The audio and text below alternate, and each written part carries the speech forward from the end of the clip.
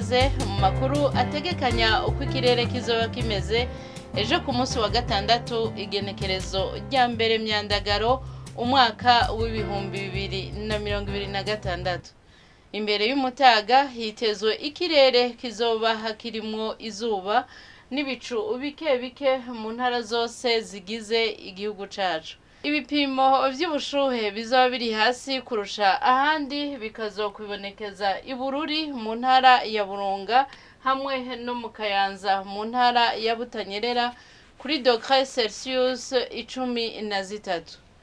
Inyuma y'umutaga hitezwe naho nyene ikirere kizoba kirimwo izuba n'ibicu bike bike mu ntara zose zigize igihugu.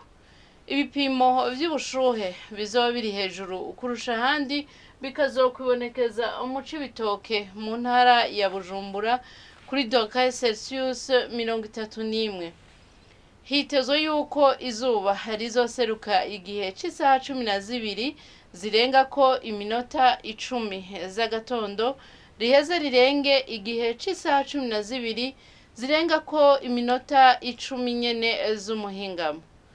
Nuko rero aha niho hagarukiye amakuru y'ikirere mwateguriwe n'ikigo Ijebu. Adeline Ngenze buhoro nije nayabashikirije, mwakoze kuyakurikirana.